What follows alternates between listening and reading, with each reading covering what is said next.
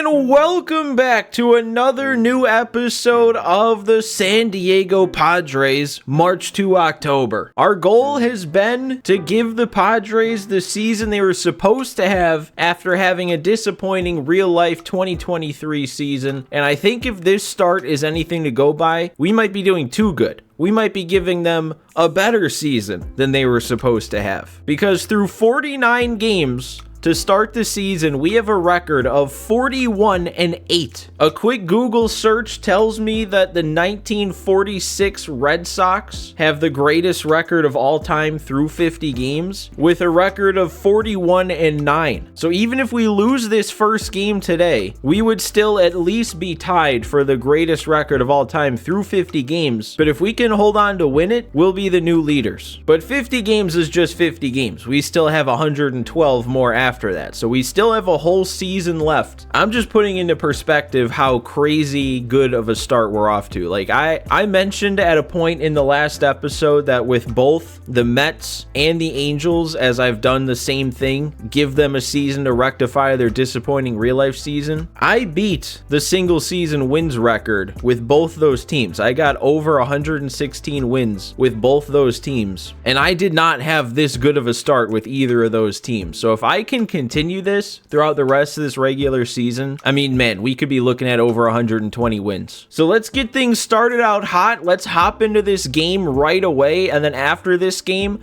I do have a couple things that I want to talk about and look around the league and look at the Nationals record. Their record is almost as bad as mine is good. They have 12 wins. I think they were, 12-37? All right, so here we go. We're on the mound. Luis Garcia. I think this is my first time actually pitching with him. We got to get out of a 2-on and 1-out jam here to get things started, and Garcia just got put in the game, so we're kind of stuck using him. We'll talk about it a little more after this game because we're going to look at the league and how our team's doing to start. And before I say that, Matt Carpenter is going to get a double play started to end the inning, out of it immediately. All right, well, just like that, out of our jam, 2-run lead intact, and we have a chance to add on. Man, it's kind of funny seeing these Nationals because this was the team that I did my long-term March to October with to start the season, and I'm still using them. I still have a franchise mode going with that team that started in a March to October, if you want to check it out. But it's kind of weird to see all these guys that, have either been off the team now or are still on the team but are much better than they were at this point. Like Erasmo Ramirez, man, he was huge for me in season 1, and I haven't pitched with him in a very long time. Oh my God, Austin Nola just hit a perfect no-doubter. This is somebody we're going to talk about very in depth here after we are done with this game, because as we talk about the season that some of our players are having so far, Austin Nola might somehow be the main guy to talk about, and he's adding on even more. He was already 3 for 3 with a walk today. He's adding on a bomb. Just ridiculous numbers. And this almost feels overkill against this team with a 3-run lead, but we'll go to Josh Hader to get it closed out. There we go. We're going to sit down Victor Robles on 3 pitches. And I just got to see, man, I'm sorry. The nostalgia's hitting, even though it was still just this year. Look at little baby CJ Abrams, 67 overall. How far that guy has come in my Nationals March to October into franchise. Like, dude is like an 81 overall. That contact against righties is up at 99. All his other hitting stats are like 45 to 50. His fielding's good.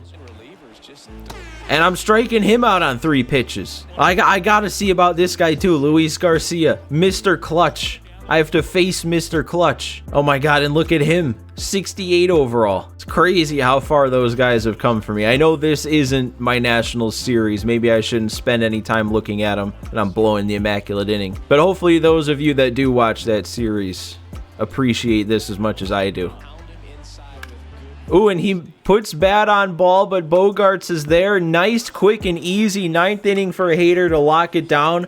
And we have the greatest record of all time through the first 50 games of the season. Since we are already winning late, we only get one more fireball and we didn't really have much momentum going. So if we don't have a quick sim, this might not be as strong of a simulation portion that we've been having. And we already did pick up a loss, still winning the series, and we won. Oh, here we go. I think we won. Well, actually, I don't even remember who we were playing in the next series, but we won the first game. But we get a chance to call up one of our pitchers that is stuck down in the minors here. These are the two big ones, Joe Musgrove, Robert Suarez. And for as much as we do still need bullpen help, we gotta get Joe Musgrove up if we can get Joe Musgrove up. He is actually improving down in AAA. He's up to an 87 overall now, which I think would make him our highest rated starting pitcher. Yeah, Snell is only an 86, Darvish an 85. So Musgrove would be our highest rated starting pitcher. And we get to player lock a game with him and get him an attribute boost. You know, since he's already older and established, it's probably not going to be the crazy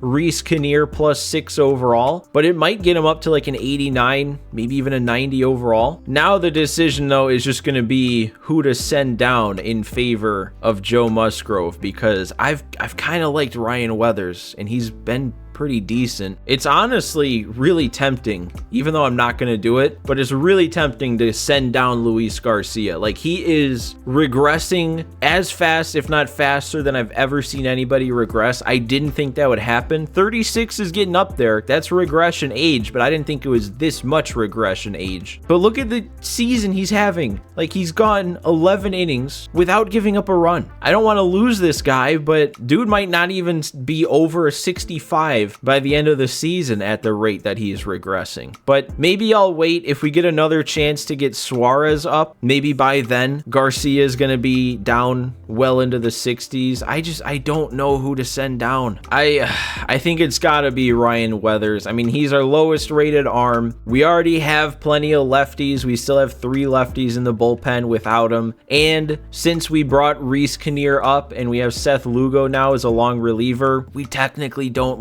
need Ryan Weathers around, because that's kind of what he's good for, is his long relief capabilities. So I guess I'll send Ryan Weathers down. Musgrove's getting called up, and this was the big one. This was the biggest call up from somebody who was stuck in the minors that we could have gotten without having Tatis around. So our next game is going to be our second game of the series against Miami, and it's going to be the player lock with Musgrove. But before we get there, we got to talk about what's been going on to this point in the March to October. The one other thing I wanted to mention is, I think at the start of last episode, I made a comment about how I was going to try to come out with these episodes a lot quicker so that we could still have the chance of fitting in one more March to October before this year's over. But like, there is such little time. We're under a month away now until MLB 24. This is going to be the last March to October of the year. Like, there's just not much of a feasible way that I'll be able to fit the entire rest of this March to October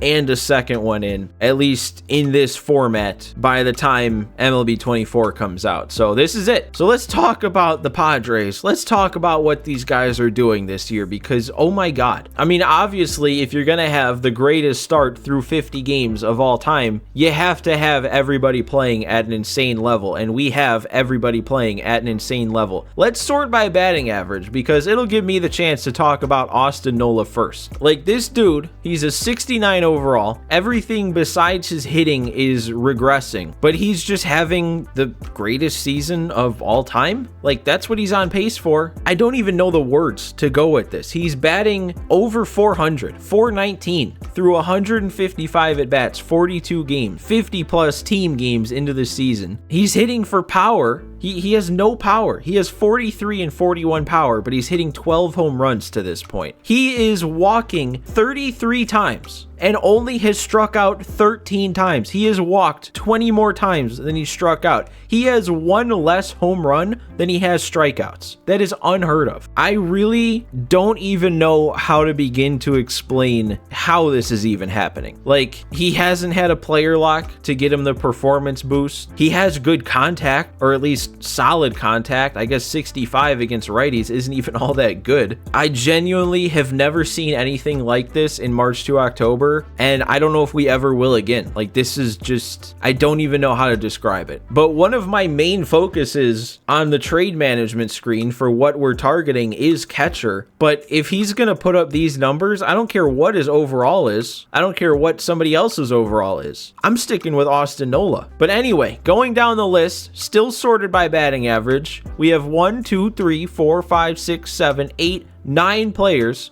batting over 300. And then everybody besides Rougned Odor batting over 250. Sorting by on base, everybody besides Rougned Odor is getting on base over 34% of the time. We have an over 340 OPS or OBP. Well, let's talk about OPS too, because everybody, again, besides Rougned Odor, has an OPS over 800. 824, besides Rougned Odor, is our lowest OPS. I mean, we've got power coming from everywhere. Manny Machado with 22 bombs in 54 games. I mean, that only puts him on pace for what? 60. Soto's up to 18. Nelson Cruz regressing even faster than Luis Garcia in the bullpen, and he's putting up numbers. He's hitting 13 bombs, almost 1,000 OPS. Bogaerts and Nola both with 12. Cronenworth and Carpenter with 10 to round out the double digits. Even Trent Grisham with terrible contact is hitting almost 300, and then he's hitting for power. David Dahl and his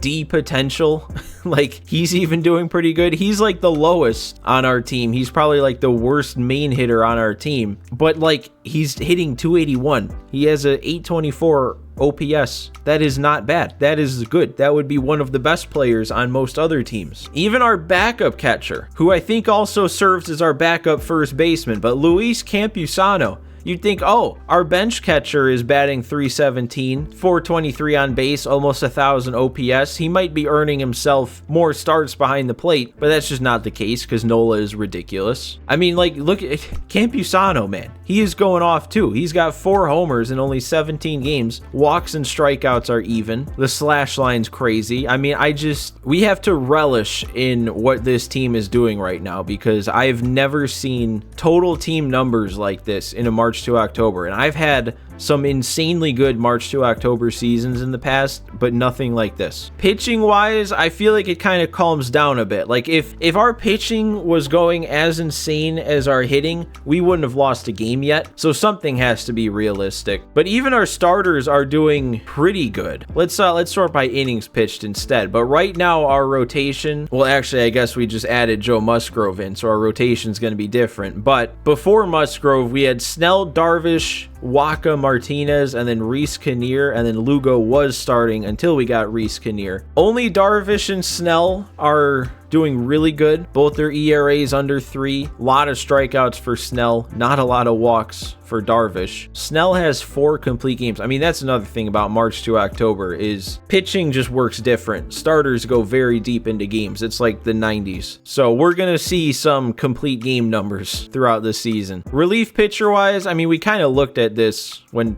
figure out what to do with Musgrove, but most of our relief pitchers are doing really good. I still don't know how Mantiply has only managed to get himself into 1 game and only pitch a third of an inning, being a pretty significant trade acquisition. And then Josh Hader closing down games, just, you know, closing it down. I don't know what more to say about that. He's doing good. I'm almost scared to look at league leaders because, yeah, we're just going to see Austin Nola at the top of like everything. But we have 3 of the top 5 batting averages. Machado's leading in homers with Soto not too far behind. We have 4 of the top 5 RBI producers with Machado way out in front. We have 4 of the top, or the top 4 actually, and then another one tied for 4th. So 5 of the top 6 run scorers. Austin Nola leading by plenty with a 519 on base. Like, if you compare to not our 2 guys on our team, Austin Nola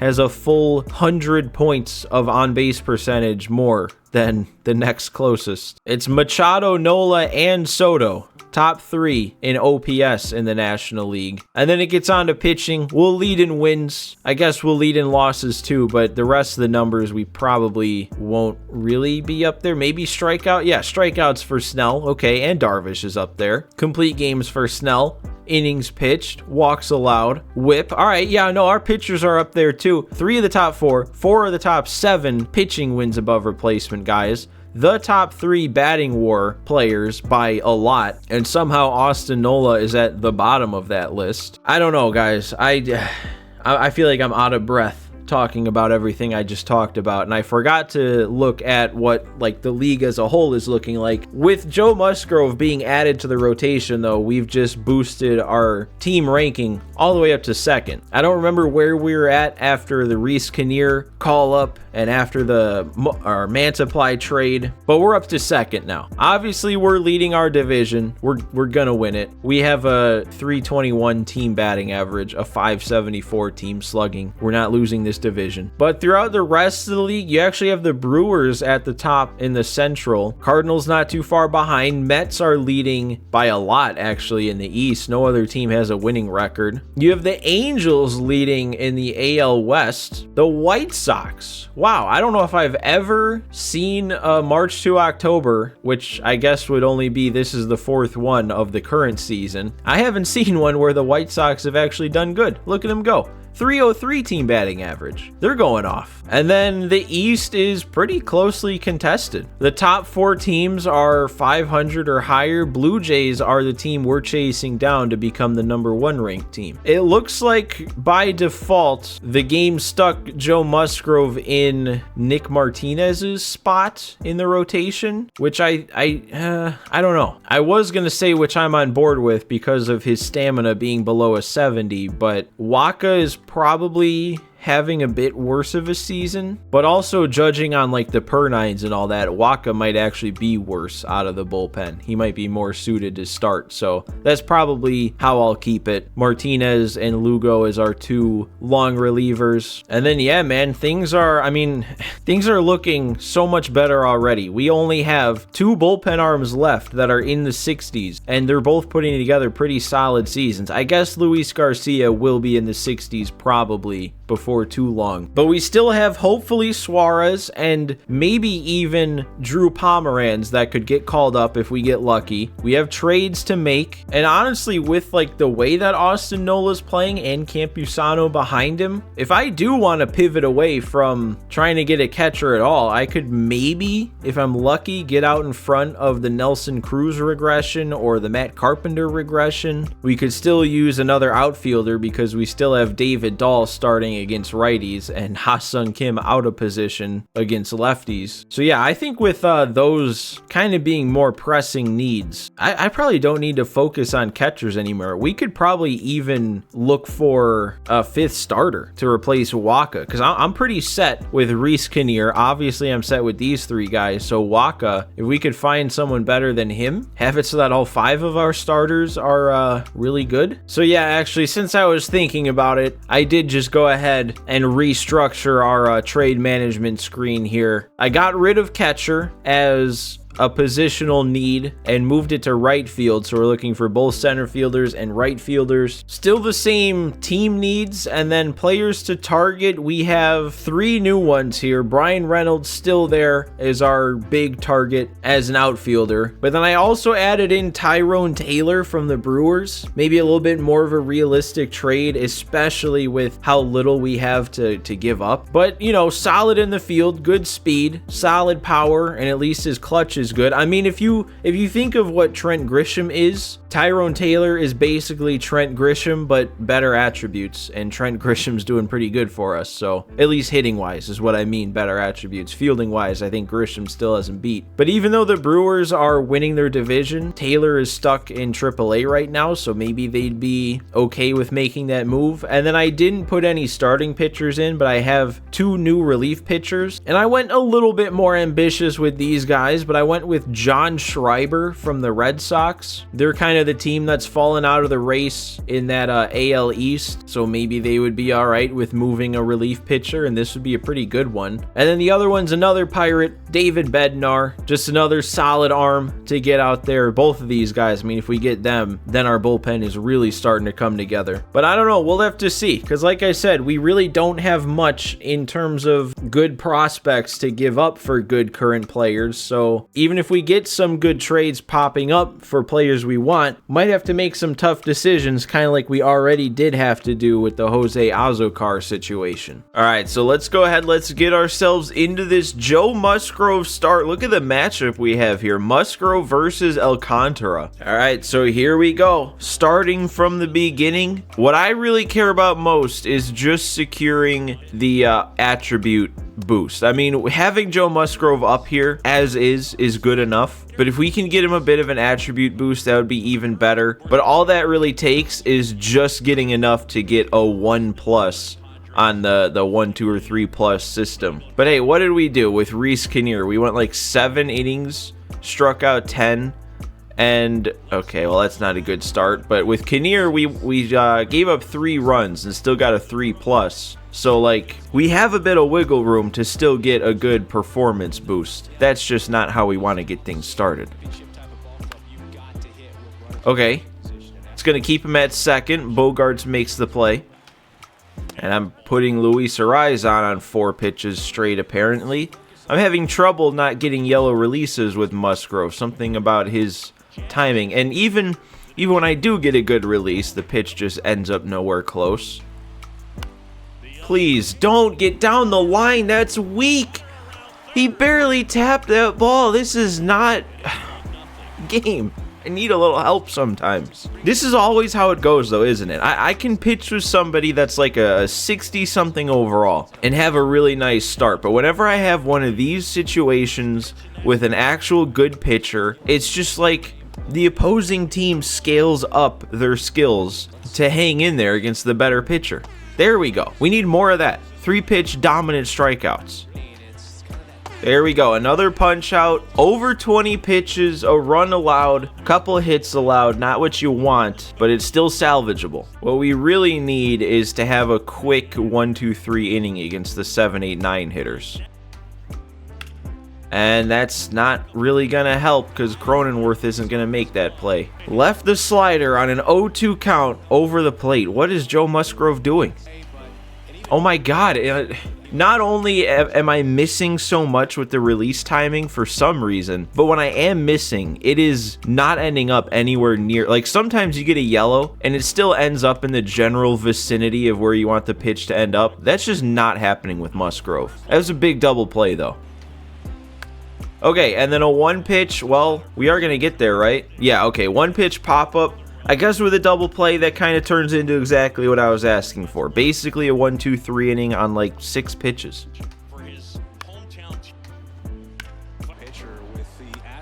Okay, so Gene Segura might just be the best baseball player alive right now with some of the swings he was making in that at-bat. He didn't get on base, so maybe I shouldn't be saying that. That's a bit of an over-exaggeration, but it's like nothing fooled him. He even waits back, times up the slider. Oh my... Okay, it's Joey Wendell to center, so that's not going to do anything, but I don't know what's happening. Nothing is fooling these guys. It's the frustrating formula also. Maybe for me, the most frustrating thing on the mound is when it feels like you can almost automatically get the CPU hitters down to a 2-strike count early in the count. Like there's one, he's just laying off. But then once you get to the 2 strikes, you can't do anything that puts him away. You can't find the pitch that they'll chase. They won't look at anything in the zone. They'll foul it off if it's close. Or, I guess, make contact, which as long as it's still an out on the 3rd pitch is whatever. You just want the strikeout. There we go. We got Jazz striking out on a pretty good curve. Dude, I know that's an out, but you got Joe Musgrove throwing his primary pitch with a perfect release, and it ends up in like the worst spot it could have. That basically was a hanger by the end of it. There we go. That's where I want that pitch, and it got a chase. We've turned this around. It's a pretty good 4 innings now, and we finally got the run support. Our offense did something against Sandy, so now we're working with the lead. Still a lot of energy left too. I've been so conditioned lately playing my Nationals franchise where it seems like the stamina just runs out so quick. So like 53 pitches in, we'd be worried about taking our starter out, but Musgrove is rolling. Okay, well now they're doing their thing again. Look at the 2 pitches they take. Fouling off a great pitch that stays in the zone. I mean, that is the exact type of at-bat that I'm talking about that is the most frustrating. It is an instant 0-2 count, an easy 0-2 count. You're thinking you got the at-bat under control and won, and then out of nowhere, perfect eye on a great curve, perfect eye on a great slider, 3 foul balls in a row, and then a weak hit. There we go. All right, we sit Soler down. I have a feeling that's... No, I think we're going to run that down. All right, we're good. There we go. We finally sit Segura down on a punch out. That's 5 innings now. It's taken a few more pitches than I would have hoped, but we're racking up punch outs. We're keeping the scoring from happening. I think we have a good shot at having locked up a boost already. Come on, ring him up. Ring him up. There we go. There's another one. I really wish all the different score bugs had the display whenever you get a strikeout that tells you how many you're at, but I got to go in and check on my own now. What are we at? Only 7? It feels like more. That was not a good curve, and it's going to hang up though. Okay. I thought that was a base hit. I thought that was dropping in easily. And there we go. Roll over. We got some speed though. Got to get it there. We do. And that's 6 innings. For as frustrating as this start has felt, if it ends right now, that's a pretty good quality start. I guess we're being left in because we got to outduel Sandy. I'm guessing he's still in the game. Like, he has to still be in the game. Yeah, he's gone 7. We're going 7 here. And right now, we have that 2-1 lead. Okay, no, that's right too. I feel like every time a ground ball is hit the other way, for some reason, I always expect it to get through. Machado, let's make this play. Oh, there we go. All right. And that one's hit to first. We're going to get through our 7 innings. 3 more weak contact swings in this one. And we might be done getting strikeouts. We haven't gotten one in a couple innings, I don't think. We're still going, though. We're still out there. Did Sandy pitch the 8th? Are we still dueling him? No, he got taken out. So if we can get through this inning, keep our lead, then we'll have successfully outdueled Sandy. Wow, we need to have a swing on that. That's a perfect pitch to a guy who strikes out all the time, plenty of times, and he's making contact on that too. Yeah, we really are done getting strikeouts today. We're now down into the yellow energy, 98 pitches in. What I better not see is Musgrove coming back out for the 9th. It would not surprise me with how this game works and it just leaves you in, but especially if we only have the 1-run lead still, Musgrove dying when it comes to energy and having Josh Hader ready to go, better not see the 9th. Up the middle, Babe Segura once again strikes. I don't know why I'm acting like he's done nothing but destroy the ball against me when he's only 2 for 4, and that was a pretty weak swing. Oh, and there we go. Okay, game. I'm actually very okay with that. Let's just lock this one up. What are we going to see? Oh, okay, it's Mantiply. Hey, look at that. The game's putting in Mantiply. He's only thrown the 1 out worth of an inning so far, and they're actually using him. We're not going to get to see. We're only going to have to see the final score, and we do end up locking down the win. 2-1. Pitchers duel all the way, but we outduel Sandy. We pick up another win. I think I've still yet to lose a game that I have taken part in. We get a 3+ for Musgrove, so his performance in simulated games is going to be boosted, however much that gets boosted, but we should also see an attribute boost. What does a 1? Oh, we didn't have... Yeah, I kind of forgot where we were at when it comes to momentum. Honestly, the 1 kind of gave us a lot more than I thought it would, though. Let's keep picking up wins. We get the sweep against Miami. Now we're facing the Cubs in 4 games. Cardinals, and we have a trade. And this is maybe what I was kind of worried about with our lack of good prospects, is we're trading away a potential 19-year-old, and then Corey Howell is legitimately also one of our top prospects, as bad as that is, and then another prospect. And all that gets us is a 78 overall C potential. I don't really see the need to make this move. I don't really see Bailey Ober as being any better than Michael Wacha, so we're probably going to pass up on that one. But the Red Sox, I did just add John Schreiber to our targeting screen, so this very much could be him. Oh, it's not. It is definitely not. But Christian Arroyo, should I take a look at this? Would this make sense? So he's kind of your utility guy, decent enough in the field wherever he would play. But what I'm thinking he could primarily do is he could play right field against lefties, because right now we still have that weird thing going on, which I still don't even know. I've still either forgotten or never gotten the chance to see what Ha-Sung Kim's fielding numbers are playing completely out of position like that. But Arroyo wouldn't be playing out of position. He also hits lefties better than Kim does. So like overall against a left-handed pitcher, that would be an upgrade. It's just we'd have to give away Tim Him, who, I mean, I guess he's only thrown 6 2/3, and half of his runs allowed were my fault. But the other thing that could do is get either Suarez or Pomeranz called up as a relief pitcher, kind of like how when we traded away Azokar before, and then the CPU automatically rebalanced our pitching and hitting and brought up Brandon Dixon. I would hope that what it would do this time is, since we're adding back another position player for a pitcher, it would then balance it out to send Brandon Dixon back down, and then the auto call up to fill that one vacant spot in the bullpen would go to one of the two guys that I'm hoping we get a chance to call up, and then we can have them called up without having to use a predetermined call up opportunity. So actually, with that in mind, that kind of makes this trade even more appealing. Still got to look at what Cleveland's willing to give up, and it's Amed Rosario. I mean, you can take pretty much everything I said about Arroyo and what he can do in right field for us and apply it to Amed Rosario. He'd be a little worse in the field, but his speed would probably make up for a little bit worse reactions that he'd get. He's even better hitting lefties and being +4/+4 against lefties. That must be where he's doing all of his damage this year. Just the reason that I kind of chuckled, and the reason that I don't know how much I want to add Amed Rosario, is Amed Rosario was somebody that I signed after season 1 of my Nationals March to October, and he was just not good. So I kind of have a bad Amed Rosario taste in my mouth when it comes to March to October. Plus, also to get him, we'd be giving up one additional player, but also a better relief pitcher. Steven Wilson has himself up to a 70 overall.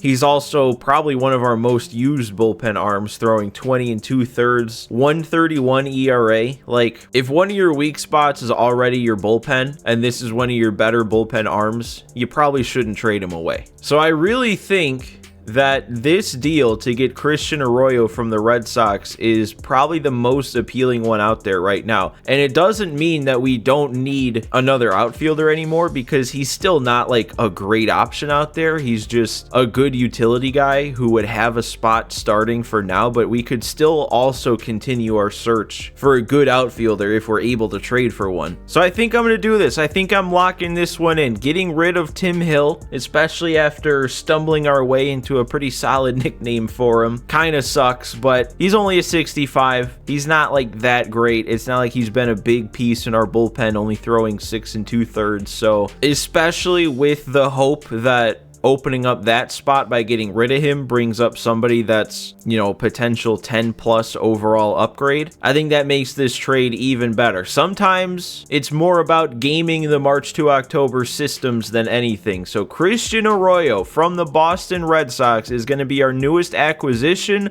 and there he is. And we're going to player lock as him right away to get him a chance to have a performance boost for the rest of the season. But speaking of that, let's take a look and see what happened with Musgrove. He didn't get it. I really don't know what determines whether or not some of these guys actually get a performance boost or a attribute boost. Like it even said, I made sure to look on that call-up screen that at the top it said the player could earn an attribute boost. It's still Joe Musgrove. It's still our highest rated starting pitcher. It's still a huge boost to our pitching. And now that I'm looking at the bullpen, it didn't work in the way that I hoped it would.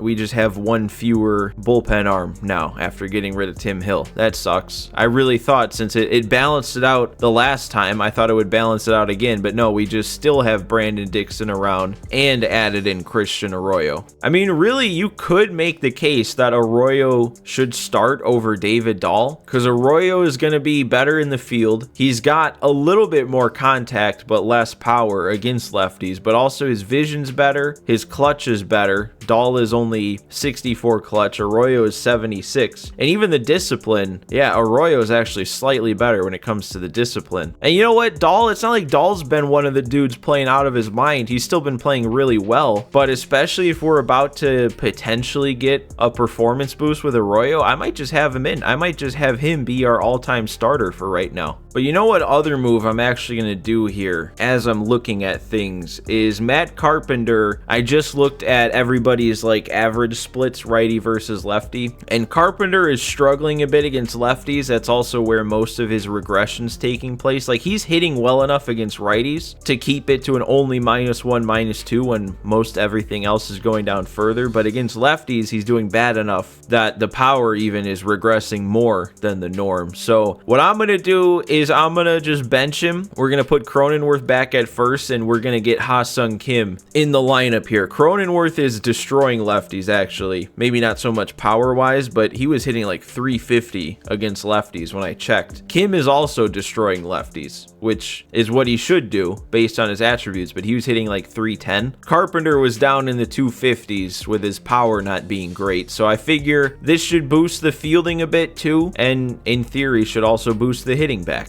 All right, so I'm adjusting the trade management a little bit more. I took away Tyrone Taylor from our target list because getting Arroyo, that's pretty much our safer, less exciting option taken care of, which is what Tyrone Taylor was there for. And I replaced him with AJ Puck from the Marlins because now that we lost Tim Hill and didn't get anybody back, we're only down to 2 lefties in the bullpen. But if we save Hader for save situations, it's almost like we're down to just 1 lefty to play matchups with. So I don't know, man. I mean, they hardly use him, so he probably shouldn't be that big of a piece. I always kind of like to look and make sure that whoever I'm adding to our targeting list is from a team that would actually make sense to trade him away, or else it feels like kind of a waste of a spot. And I just don't know. I think we, being so good, have broken the National League because the Marlins are 29-32. They're in second place in their division, but they're also like right in the middle of the wild card race. They hold on, or at least they're tied for that 3rd wild card spot right now. So they're still in the playoff hunt, being 3 games below 500. So I don't know. I don't know what that means for trading away one of their better relief pitchers. The fact that through 59 games, we have a projected win count of 110 is just ridiculous. I mean, I've used that word probably way too many times to describe the season we're having, but there might not be any better word to describe what's going on than ridiculous. So let's see what we can do here in Christian Arroyo's team debut. We have Darvish on the mound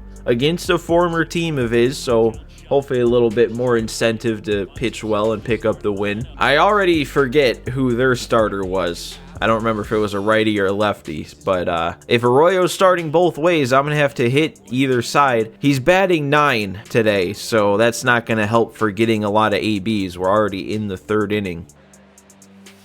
Wow. That sucks. I didn't get the bat off my shoulder that whole AB. All right, let's give it another shot here. We've got a 3-0 lead, so that increases our chance of getting a 4th at bat, hopefully, if our offense wakes up. Oh, and there's my first swing of the bat. Wait. Oh, it dropped in. Okay, no, that's a great swing. I was all over it. It was a perfect swing, actually. I don't know if you guys realize that, but it was a perfect. All right, here we go. Maybe we won't get a shot at that 4th AB. Still only 3-0, bottom 7. So this could be it. We got a new arm out there. Throws 5 pitches.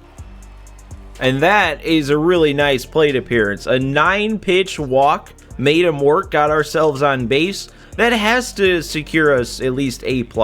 I would think, based on the results, it should be a 2+ because we got on base 2 out of 3 times. And we don't get that 4th at bat. We end up winning the game 5-0 on a 1-hitter from Yu Darvish. We do only get the 1+ like I predicted, but it's yet another win in a game that I was involved in. And all in all, again, just focused on the results because that's all you're going to remember. You're not going to remember how we got on base with that weak hit. It goes down on the box score as a 1-for-2 day with a walk. That's a good game. So we get him just the 1+ boost, but a 1+ boost can still turn somebody into a better player than they were going into it. We don't get much momentum back, and they're prompting me to adjust our trade management screen, but I've already done that. So we can go ahead and back out of this and move on here. 2-game sweep over the Mariners. We're playing against the Rockies in Colorado. We don't even need momentum to sweep them. We're building ourselves a pretty big winning streak here, and now they want me to try another fast track here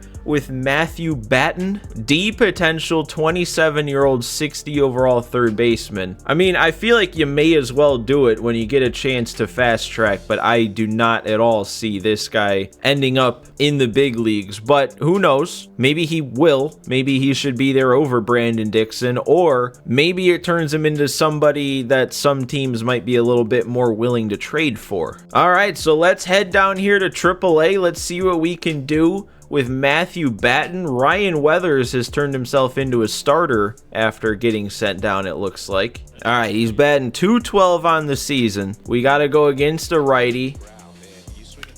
There we go. Hey, that's a good start. Solid base hit to get things going for him. All right, at bat number 2, we're down 3, but I don't think losing a game down in AAA means an automatic snowflake like it would if we lost a player lockup in the big leagues. I think that the fireball situation is determined on how good you individually play when you're down here in a fast track. And man, that would have been a good swing if I wasn't under it. I waited back and everything. All right, already on to our third AB here. We're down 8-0. Our minor leagues are not in good shape, are they? Looks like, though, out on the scoreboard, we only have 2 hits on the board. So we have 1 of the 2, which bodes well for getting a boost. And that's another one that, I mean, you put a little bit better swing on it, it gets down. Still the same guy out there, only 3 hits on the board. We are flying through this game all of a sudden. Oh my God, that was so slow. I thought I was about to destroy it. Oh no. No, don't whine me out. I don't know now, man. A 1-for-4. Sometimes it feels like they factor in how good the rest of your team does. So if nobody was hitting today, maybe they give me credit for being one of the 3 total hits. I put together a good AB with a good swing in that last one, so maybe they give me credit for that. Oh, I don't know though. We ended up putting up 2 on 6 hits, so that argument of our team not doing much kind of goes away a bit. What's it gonna tell me? Oh no, that's our first piece of negative momentum of the year. 1 hit only. Little impact offensively is what they tell me. And of course it takes us going down and playing in the minors to get our very first piece of negative momentum, our very first snowflake of the entire season. That sucks, man. I mean, it was bound to happen sooner or later, but there was still that hope alive for me that wanted to see what would happen if we play an entire March to October season without getting any negative momentum and only getting positive. But for the first time since we had no momentum, we're going to be having a snowflake worth of negative momentum. It shouldn't impact anything, but our winning streak gets snapped against Tampa Bay. I mean, we still swept Cleveland and won 4 out of the 5 simulated games with, I mean, really no momentum because it didn't impact anything, but slightly negative. And now for what feels like the first time in a long time, we have an actual game to get into here. 3 innings worth of baseball action. 1-0 lead on the Rays, and we got to close it down. We finally pick up our 10th loss of the season. It took all the way until game 70, or I guess it was 69, because then we won game 70. Man, the Dodgers are even putting together a run of their own. Won 9 of their last 10, 7 in a row, and they're still 20 games back. All right, let's do it, man. Let's go ahead. Let's lock this one up. We got Joe Musgrove on the mound again, and he's, okay, he's having a pretty good start. Yeah. So this isn't a dedicated player lock for this sort of situation, but it just happens to be this sort of situation that we find ourselves in. Very similar to opening day. Let's make sure that everything is the way that I think that it is. Yep, there's no errors, no walks, no hit by pitches. Yeah, that's definitely something. Okay, well, this game just all of a sudden became much more about making sure Musgrove has himself a pretty nice start, as well as finishing up this win. But as long as he keeps his pretty nice start going, we shouldn't really even have to worry about what we do offensively. Okay, come on. No, yeah, you're not doing that, Randy. What are we doing? Roll over. This is gonna take a good play, and we got a good play. Oh, come on, not on these really good. Okay, they're not going to let me show you these last 2 pitches that Yandy Diaz just took. Now I got to challenge him. I got to make sure. Okay, got nervous with the yellow release, but weak contact. Another 1-2-3 inning. 2 more innings to go in this one. I mean, hey, if we can put up some runs on offense and make this game only stressful for one reason, that would be pretty nice. Okay, well... That gets past him. Maybe Kim has a chance of beating it out. Christian Arroyo, come on. It's not getting over anybody's head. I thought he hit that a lot harder than he did. I thought he hit that hard enough to like one-hop the wall. All right, leaving David Dahl in lefty, and he actually works himself a walk. That could be a big walk. 2 outs, flip the lineup over, get a guy like Bogaerts up. And nope, that play is going to be made. Man, I feel like I saw a lot of pitches that inning in general. Also a lot of hittable pitches to not make any good swings. Oh, yep, that'll do it. Can't really leave a curveball there. Oh my God, and we're really going to let him move up to second for free. Musgrove can't get anybody to chase. Oh my, how? Man, how? This is Joe Musgrove. Look, I mean, we get an instant 0-2 count, swing and a miss, and I guarantee we're not going to strike this guy out. Look at that. There's one foul ball. He takes it. I mean, you can't execute a curveball any better than that, and he's just spitting on it. There, okay, hey, maybe it's just the sinker that we needed to throw to get him to swing and miss. That is what he missed on to go down 0-2. Oh, my God. Dude, and I didn't get a perfect, right, it doesn't matter. What a way to give up a run. I mean, we started this inning with a perfect game going, and now we only have 1 out with 2 on. And, okay, at least Dahl does get to that, but there goes the lead. Dude, oh my God, this is the 9 hitter. 33 contact. Why is he fouling off 2? I swear, man, any situation, player lock, not player lock, whatever it is, if it's at the point where a perfect game or no hitter is being thrown, you're on super legend difficulty. This is no longer just legend difficulty.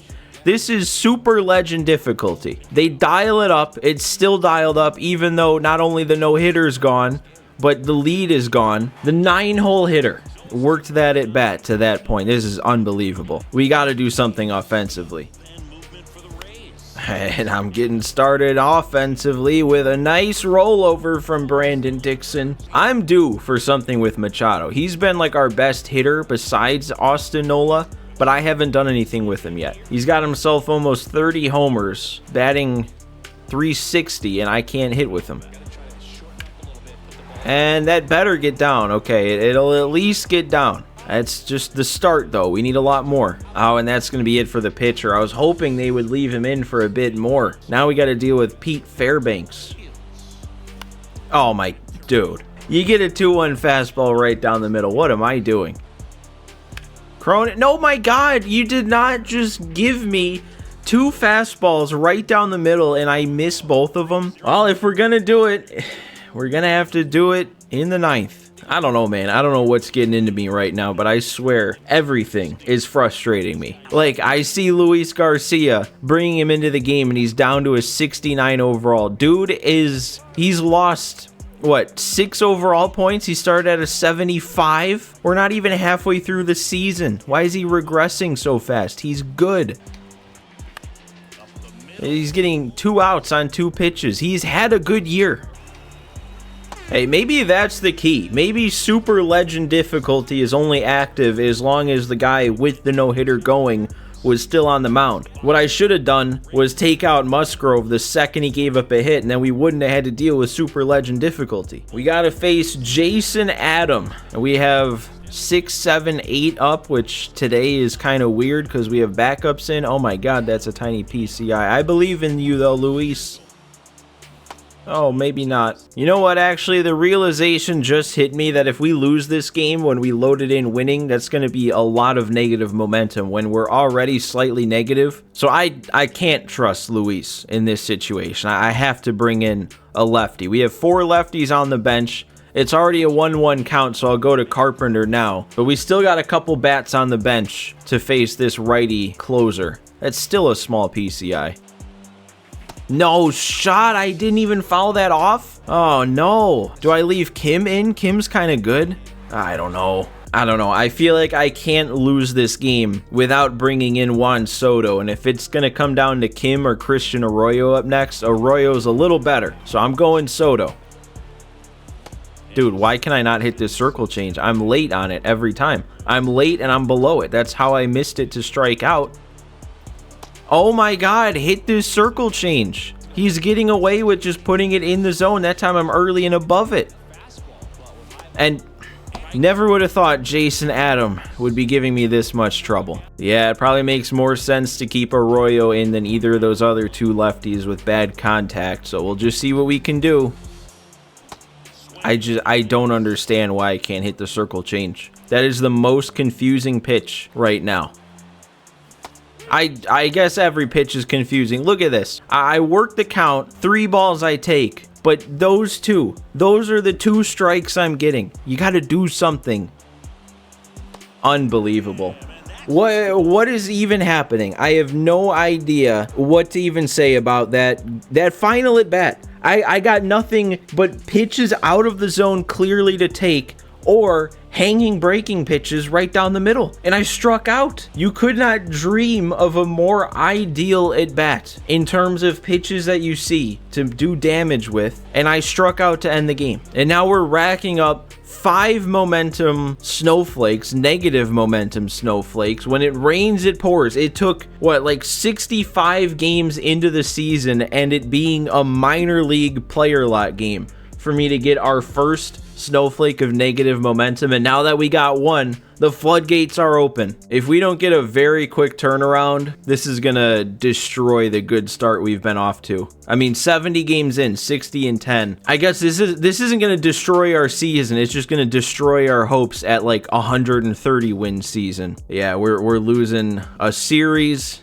3 losses. At least we get this though. Silver lining to that bit of simulating, we get to bring up our 80 overall Robert Suarez from AAA. So the game didn't want to do it itself, but now it's giving me the opportunity. We send down Brandon Dixon. That's what I wanted to do with the trade. So there we go. Bullpen gets a little stronger. Oh yeah, now we're gonna keep losing. Can't drop a game to the Nationals. We can't drop a series to the Nationals. We need to win this. It's probably a good thing that we're starting out losing by 1 actually, because if we can come back and win this one, that should get us enough positive momentum to get rid of all that negative.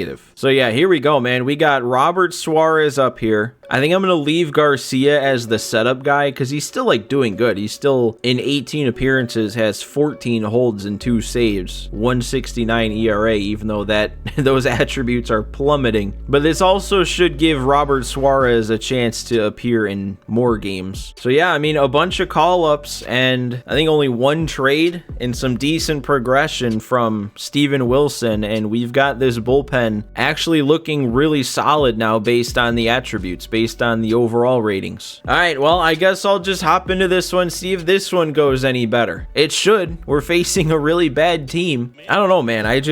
This game hasn't made me feel as negative as it made me feel in that last game against the Rays in a long time. So we got to get back into a positive mindset here. Realize what team we are and what team we're dealing with. We can do this.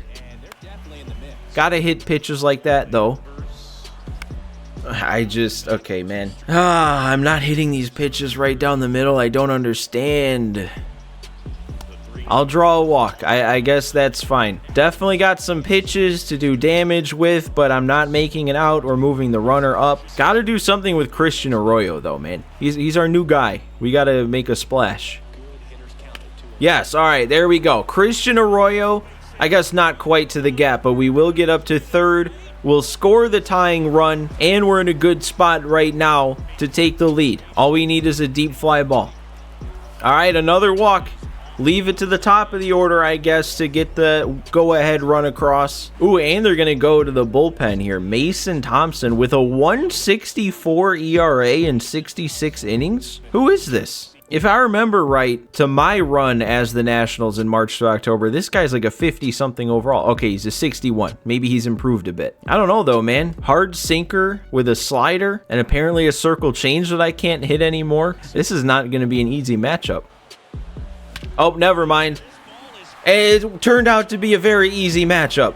1 pitch, 4 runs in San Diego. I'm feeling better now. A 5-run inning. Turns out that game against the Rays was just a fluke. It was just a fluke. Hey, and if we can put up a few extra runs here, we might cross into the range where they would give us extra momentum for winning by a blowout.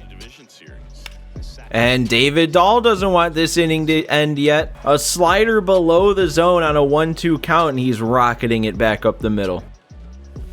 Manny Machado with a 4-pitch walk. We're starting to load him up again. No. Run, Nelson. Use all 14 of your speed. No. That was so far below the zone, and they're making me make contact. Okay, it looks like they're going to intentionally walk Matt Carpenter. Makes sense in the situation, but we've got a shot here now at 2 grand slams in the same inning. And we draw the walk on a 3-2 count. No, I went chasing on a 2-2 count. That was a long inning. 6 runs in our first inning loading into this game, going from losing to a commanding lead. Oh, and you know what? We had Nick Martinez in the game, only 8 pitches in. May as well leave him in at this point. And there we go, 3 pitches for the punch out. Oh, and he's early on the fastball up and away. I'm pretty sure this is my first time using Nick Martinez. I don't remember ever using him in a game that he started. I haven't used him out of the pen yet until now, and he's given me a good first impression. And yeah, we couldn't strike out the side, but a weak grounder, quick 1-2-3 inning. Let's see what we can do in one last inning at the dish. Oh, a perfect from Arroyo. It is going to get down. That one should be extra bases for him. This is a good day for our new guy. We got him that hit to drive in the tying run. Now we have a leadoff double. Finally making some good swings with him. Oh, and Trent Grisham. That is something I've been wanting to see because I don't think we've hit a no-doubter with him yet. All over that fastball up in the zone, and we're just pouring it on even more. I think we will officially with that one, if we hadn't already, lock up that extra momentum for a blowout. After how bad that last game went, this one really could not be going any better. We're going to erase all the negative momentum that was left over, and that last chunk of games that was simmed, what was it, like 3 or 4 losses? That should be it. That should be all we're stuck with from that bad game. Another perfect swing. That's 3 perfect swings to start this bottom of the 8th inning. Oh my God, there's another one. I can't be stopped all of a sudden. David Dahl off the wall. I'm sending him. 65 speed is going to be enough to get Dahl an RBI. 10-2. I've put up 9 runs and I've only made 3 outs. Still waiting for my good swing with Machado though. If there was any time to do it, it'd be now. Oh, the perfect streak comes to an end, and that doesn't even find a way to get down. Are you kidding me? 102 off the bat on a hanging slider. What was wrong with this swing? What makes it not a perfect? Maybe I'm a little off center. Oh, that swing has got to do damage. Oh, and I rolled over with Nelson Cruz. I glanced up on the scoreboard, and he was at 99 hits on the season. I wanted to be the one that got his 100th.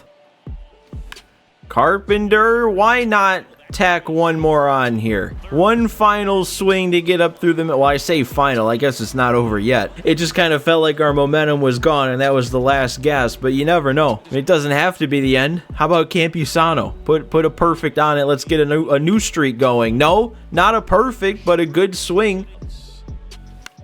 Oh my God, even a bad swing like that. I'm saving him at third. Why is saving the word that I decided to say? Holding him, that's what I was looking for. Loading the bases one more time. Christian Arroyo with 2 good swings. Let's do something big. Oh, or not. Or I fizzle out with the bases loaded. We're gonna have to be content with putting 10 runs up, guys. That's all I could muster. Alright, there we go. Challenge fastball right down the middle goes ahead and ends this game. After one of the more frustrating games of March to October I've played in a long time, that was maybe one of the most fun games of March to October I've played in a long time. That was like free stats. I came up to the plate like...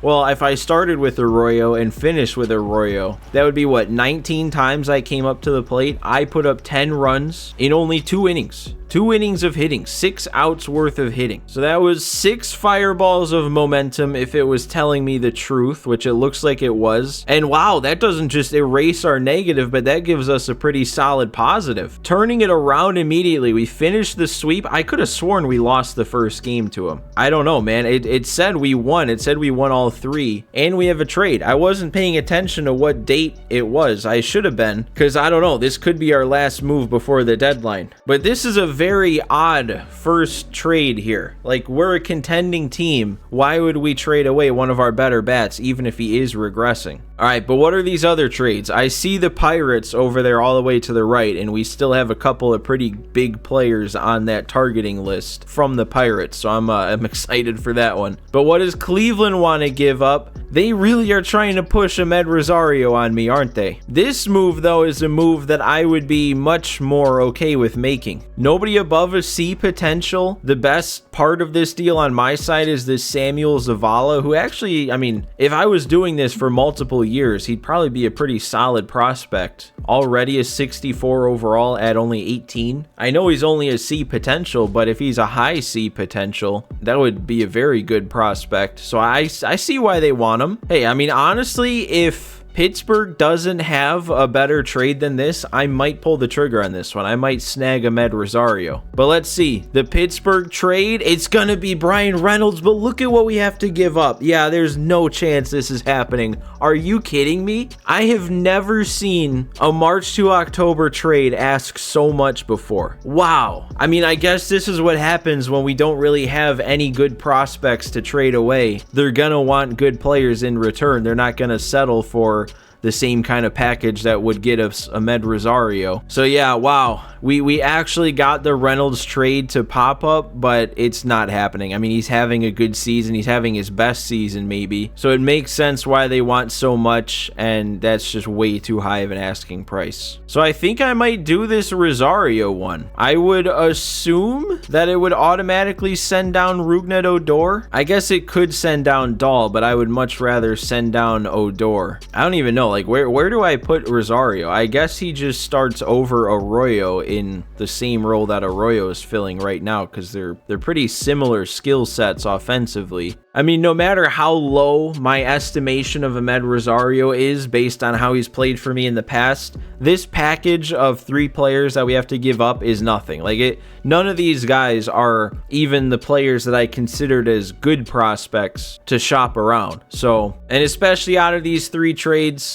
is easily the move. So we're gonna add Ahmed Rosario. Like I said, I'm not sure what the date was. I kind of lost track of what point of the season season we're at, so this could potentially be our last trade. So let's make it count. Oh no, I was way off. We're not even to the All-Star break yet, let alone the trade deadline. What was I thinking? But yeah, we find ourselves back on a 7-game winning streak. Man, and even bringing up Suarez and just now trading for Ahmed Rosario still doesn't give us enough to push us up from second rank to first. Okay, so, darn. Because sitting here looking at what I wanted to do with Ahmed Rosario, the CPU might have done the single most stupid roster decision I have ever seen in March to October. Like, this actually makes less than 0 sense. They didn't just bench Christian Arroyo. They completely sent him down to AAA. They sent him down before sending down David Dahl or especially Rougned Odor. Odor has 20 at-bats on the season and he's batting 150. He's not a good overall. I've never seen a move this bad. Like, he plays the same position. He is the same primary position as Rougned Odor. How do they send him down over Odor? I don't know. I guess we'll just try and keep a positive mindset, and maybe the only reason that happened is so that we can get a call-up player lock with Arroyo and get his attributes boosted a little bit. So I did go in and tweak our trade management a little bit after the Ahmed Rosario trade, mostly because of seeing how much it would have taken to get Brian Reynolds. Feels kind of pointless to still have him on our targeting list, so he no longer is. We keep John Schreiber and AJ Puck on the list, but I'm adding in Steven Strasburg. I mean, for a bad Nationals team and a big contract like this is a prime trade candidate. He's stuck down in AAA right now. He's an 82 overall, so he would be a pretty good upgrade for that last spot in the rotation over Michael Wacha, and he's not regressing throughout this season. I mean, he slightly is, but his overall hasn't regressed, so he should stay fine throughout the rest of the year, even though he's 34. And then the other guy I threw on here was another Red Sox, Alex Verdugo. I figure if they're kind of the ones that are out of it in the East, maybe they would be a bit more inclined to move on from him with only one more year of arbitration after this. But he's having a really good year. No power, but a 337 average. And I figure, you know, with him, he's a lot worse of an overall than Brian Reynolds. He's a lower potential. But if we combine Verdugo and Ahmed Rosario as some sort of platoon, then it starts looking pretty good. But I have set it up now to have Ahmed Rosario as our starting right fielder now, both against righties and lefties. But this is what I mean. I mean, if you imagine Rosario takes care of the lefties with those attributes, and then we brought in like a Verdugo to platoon and hit against righties, combine them together, that's a pretty good player. All right, but let's see what we can do with Ahmed Rosario in his team debut here. He's actually putting together a solid season. You know what, let's look at him. Let's focus on him here a bit more. But he's putting together a pretty solid season, slightly better than maybe his last couple, but pretty much right on par with it. So if we can get him a nice plus in his performance boost here, that could turn an already pretty good solid season into an even better one. We do have to face a righty though, which is unfortunate. And we're on the road for this one. I feel like it's been a while since I've played on the road. Seems like every game lately has been at home. So we're batting leadoff though, because before I made my changes, that's what the game wanted him to do, was bat leadoff for us. So that gives me as much of a chance as I could ask for to get ABs.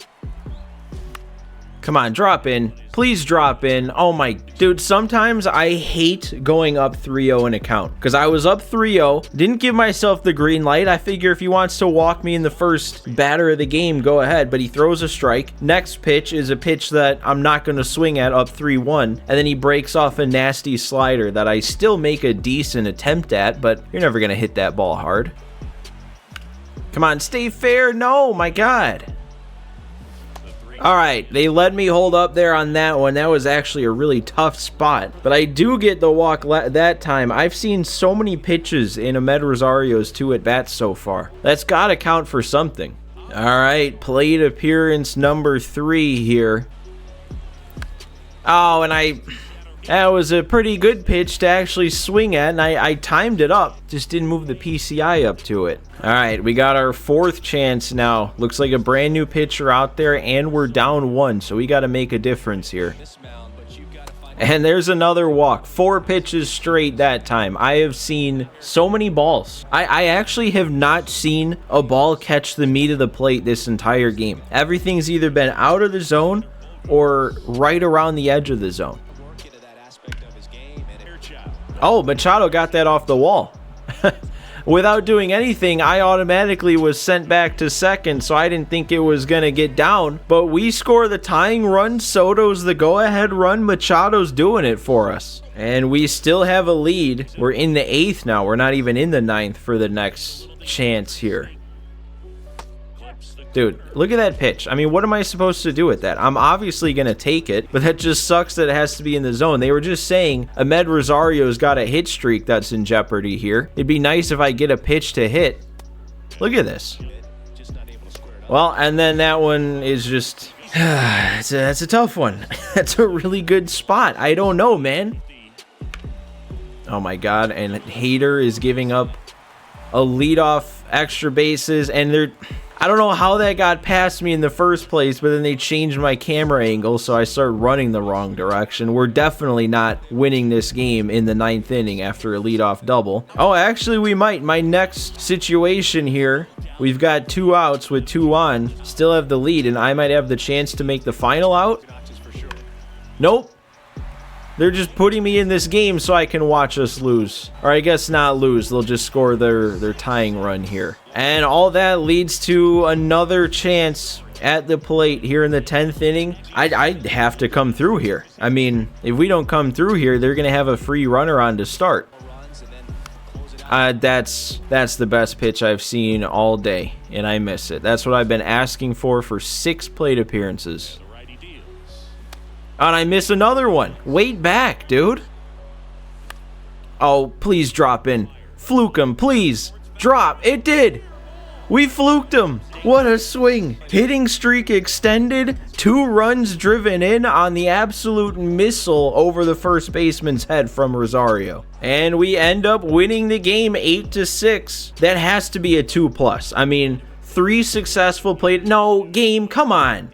I don't know why I get so frustrated by this, but like, that is 3 successful plate appearances, 2 walks and a hit. I really want to know if I didn't get a hit, even if I just drew a 3rd walk and still went 3 for 6 in terms of being successful. I'd really love to know if that would even be a plus, because this makes it seem like the 1 hit is the reason I got a 1+, but it can't be the case. You gotta give me more credit than that. I swear a 2+ is the toughest thing to get in a player lock in this game. You either go crazy and get a 3+, or you have a decent to pretty good day and only get a 1. But hey, at least it's a win, and at least it's a little something. Get a little bit of momentum back, and how much longer can this winning streak continue? We swept that final game, so we swept the series against the Reds. They want me to make more changes, but I've already done it. Oh, we can't sweep the Angels. But why? Okay, why do they want me to fast track Matthew Batten so much? And all right, let's do it. Let's head back down to AAA. See if we can redeem ourselves after the failed attempt last time. So here we go. First AB all the way in the 3rd inning. We have what I would assume is a perfect game being thrown against us right now.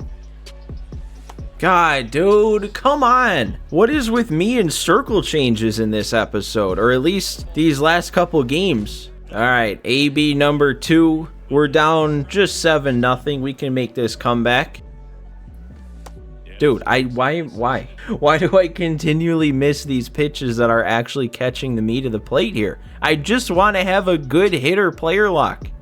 I haven't done one yet this season. Well, I mean, hey, I hit it hard. It's a hit, but that's a fastball right down the middle. I want to turn on it. All right, 3rd opportunity here. Same dude out on the mound. And that one's hit a little better, but it's not going to carry. Not when I'm under it at all and only 41 power. And we get one more chance here. Bottom 9, nobody out yet. And a second hit. That should lock up a boost. That was actually probably make or break right there. If I didn't do that and I went 1 for 4 again, probably don't get a boost. And we end up losing the game, but let's see. Was the 2 for 4 day at the plate enough? It was. You would hope it was. So redemption the second time around here for Matthew Batten. But man, I still, like, I know I went 2 for 4, but both those hits, it's not like I hit them all that hard. I don't know what it is in player locks that's different from just playing the game itself. I mean, I just put up 10 runs in 2 innings against the Nationals, and then I go into back-to-back player locks and don't hit the ball hard once? Like, what's different about it? Why can't I hit as well in the player lock? I don't know, but I'm curious to see what kind of boost Matthew Batten gets, because he was a D potential 60 overall, I think. They did bump him all the way up to a B. Okay, I was wondering about that. He gets bumped all the way up to a B potential. He's up to a 65 overall, and then if we call him up, we would have the chance to boost his attributes again, and he might turn into a 70. But see, this is the thing. Pitchers getting the call up, I'm very confident that I'll pitch a good game. But when it comes to hitters, I just don't have that same confidence. So if I were to commit to this, I would have to be bringing Matthew Batten up to the big leagues. So that means I'd have to be sending somebody down, and that somebody would probably be Odor, who is 4 overall higher. And then if I fail, if I don't have a good game with Matthew Batten, then he just stays a 65. I don't even know what he would do. Like, he can't play the outfield like Christian Arroyo would be able to if we got a chance to call him back up. So he's basically just a worse version of Ha-Sung Kim as a utility infielder. So you know what? I'm not going to do this. I'm not going to potentially downgrade our bench just for a chance at upgrading our bench by what, like 1 overall? So we're going to decline this. Hopefully they pop up with another chance at a call up and it's Christian Arroyo, because I still have no idea how that makes any sense for Christian Arroyo to have been the one that got sent down. But it's draft time here, which does not matter to us because once again, this is only a 1 season experience with the Padres here, so I've done no scouting. So we're just gonna start the draft. Okay, I forgot. I have to watch the first 3 picks before I can sim to the end. All right, so we are past that. Moving on here. Oh, and now we gotta do all this. Again, I don't care about this stuff, but we still finish the first half of the season 74-16, a plus 27 on our expected wins. We get a full 5 stars here, and that kind of sets us up for a difficult 5-star second half because we're already expected at like 115 wins. So if we don't finish like 10 above that, it might not even give us 5 stars for the second half. 74-16 though, guys. 16 losses in 90 games. That gets us past the All-Star break though. We still have positive momentum and we get a chance here to play the first game back, and we're losing to start, but it's bases loaded. You don't want to give us bases loaded. So let's see what we can do here. We've got 1 out to work with to try and get a couple of these runs across to maybe tie in the 8th, or it's going to be all on me to do it in the 9th. It's Manny Machado up, already 3 for 4 on the day. This is probably the best hitter we could have up right here. Yeah, especially with it being a lefty out there. You know, I haven't done this too much. I haven't gotten a chance to at least. But what is going on to get us here? No homers on the board for us, but 13 hits and 6 walks. We've had 19 base runners and only 4 runs to show from it. Musgrove kind of got roughed up a little bit. 6 runs in 6 innings. And now this is our chance to do something big here. I think Machado's up to like 99 power against lefties. He's batting .422 this year with runners in scoring position. Yeah, 99 clutch, 99 power right now. Come on, Manny. Come on, Manny. Stay fair. No, it's going to tail. Oh, no, I'm too early on the cutter. No, I was fooled. I thought that was the cutter out of his hand and it broke the opposite way. Why can I not do anything with Machado? All right, well, I'm going to give the ball to Robert Suarez here because I haven't used him yet, but we also need to keep this where it's at. Come on, Cronenworth. No, I didn't think I had to dive. It almost looked like he slowed down there right at the end instead of locking into an animation right before I dove. Oh my god, dude, on an 0-2 count, why is everybody the best hitter in the world once we get him to 0-2? It makes no sense. Like, do I have any strikeouts on an 0-2 count? They're going to say he held up too. Oh, no. Okay, they actually did help me out. They rung him up. Good. God, dude, I don't know if it's just me, if I'm overreacting or something, but why does it feel like every single time I have to pitch so far in this season, something has been frustrating to me? Oh, he's taken off. We struck him out. Man, Nola is not good at throwing out stealers. That was such a tiny window for an accurate throw. Oh my God. He hit it hard. He worked the count again. It took me 25 pitches to get 3 outs in 4 batters. Like, something's going on. This is not normal. We got to do it against Sir Anthony Dominguez. He hasn't been great. He's blown 5 saves, 4.5 ERA. We can definitely get it done. Any part of this lineup can give us the spark. And there we go. We get the call on a 3-1 count. Didn't have to get the bat off my shoulders, and we're getting the tying run up to the plate. Dude, I don't know. I could be going to David Dahl off the bench here, but I'm giving Rosario a shot. Look at what he's doing on the first pitch. Come on, 34 speed, be enough. I'm sending him, and okay, we got him in there. Seems like they were a little preoccupied with making sure Rosario didn't take 3. And just like that, we have a run in and our tying run on second with nobody out yet. This is another matchup that I could bring David Dahl in for, but it worked out not doing that with Rosario, so let's keep our big guy in there. Okay, that works. Oh, we might get him on too. I was gonna say that's fine anyway, because that basically works like a sack bunt, but the error gets us on the go-ahead run on first. I'm definitely bringing in speed, or whatever speed we have. We don't have much speed on the bench. I guess just Ha-Sung Kim. Get as much speed as we can out there. 70 speed. Make sure a gapper can score him. And it's Austin Nola, one of our best hitters on this team. All that clutch. And he's going to ground into a double play. But at least we tie the game. That sucks. That's definitely a momentum killer, but we just needed to find a way to at least get the tying run in, and that did that. So we're good. We're fine. We've at least extended it. Oh, go. Go! Trent Grisham?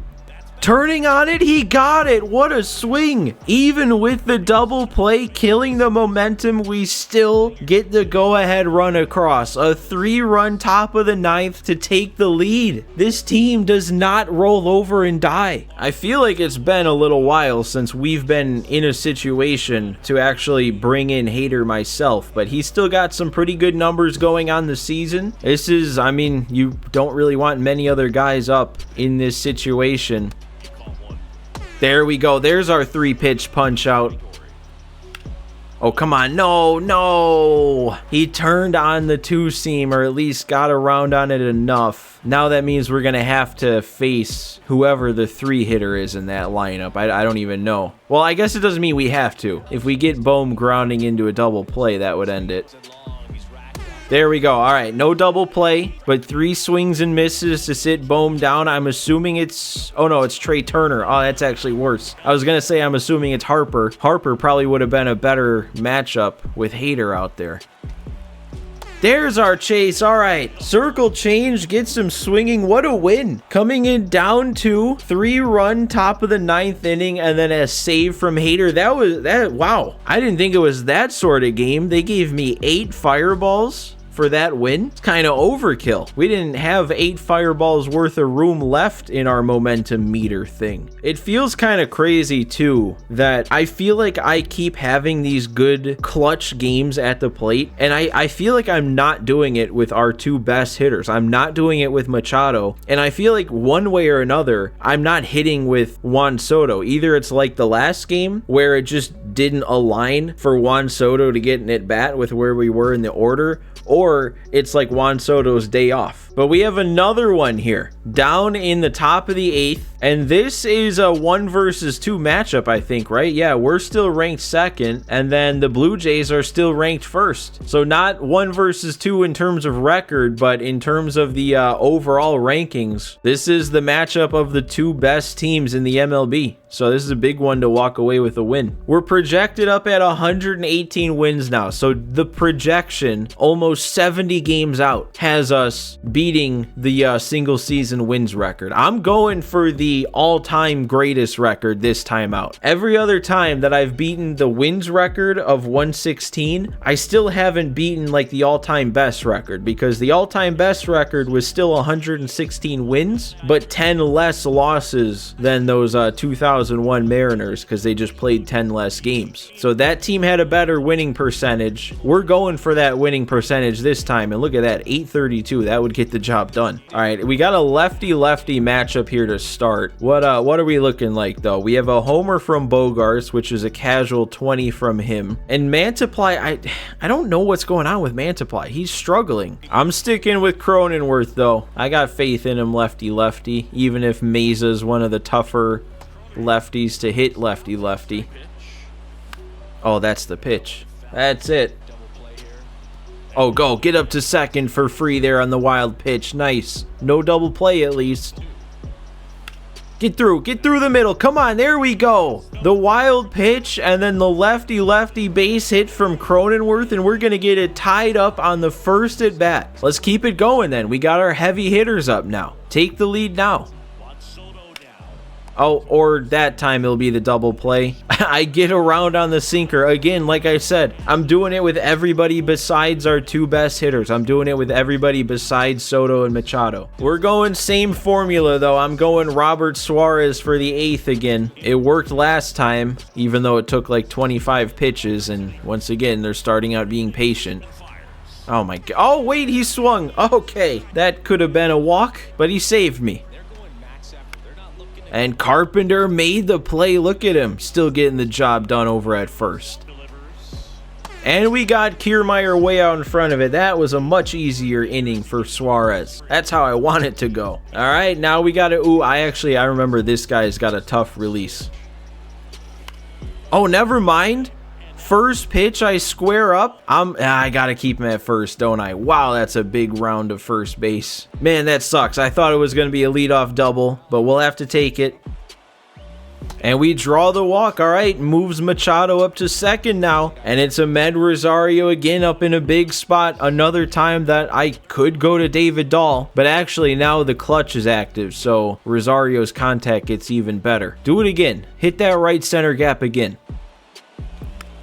Oh, drop in. Come on.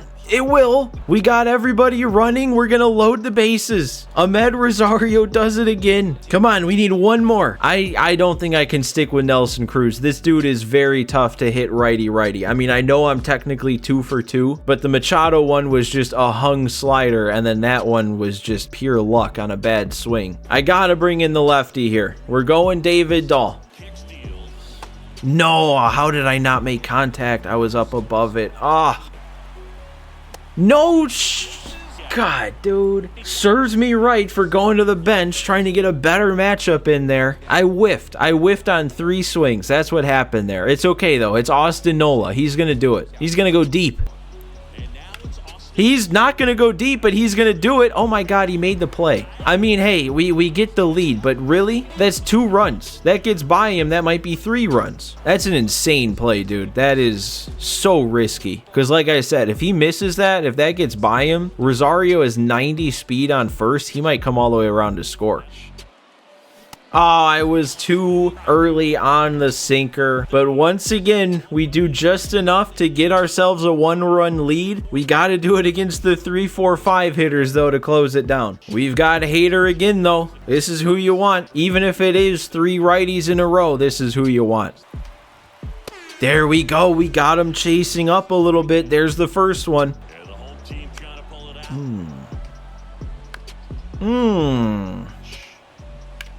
Oh my God, Danny Jansen, calm down. Who do you think you are? There we go. Sat him down. Finally, all we have left is the cover boy. Can't let the cover beat us. Oh, we're making him look like that? One more, come on. There we go. Just had to go more inside with the slider again. Make him look stupid twice. Another good come from behind win. That's not, I guess... an electric comeback, but it's another 5 momentum fireballs. Back-to-back comebacks for us in these last 2 games we've been in. This team, man, how many come from behind victories have I had? This team just does not give up. We just always have something left in the tank. So that is gonna push us, well, not quite full. I thought it might fill us up, but that's still plenty. That's still a lot of momentum here. Another sweep is telling me to review the trade management screen again. Now we're only 10 days away from the deadline. Now we're actually close to it. Come on, we can sweep Detroit, right? And we've got Pittsburgh up next. This should be another easy series. Okay, we're going to play it. They're going to throw me into a game against Pittsburgh a week before the deadline to keep our winning streak alive. It's going to have to be another come from behind win. We are up to 120 projected wins. I don't know if I've ever seen it that high, actually. Like, that graph does not go above 120. So what happens if we continue to win? Where is the graph going to go? Are we going to break the graph? There's only one way to find out, and that's by continuing to win. But we're not going to find out until next episode, because this is where we're going to go ahead and call this one right at about the 100 game mark. So we should be able to get through the rest of the regular season in just one more episode. And then, like I said, this is it for me on March to October this year. MLB 24 is coming up so fast. So we'll get this one finished up and then we'll be ready for 24. So thank you guys again for watching another episode today. Thanks for sticking with me to the end, and I will see you next time.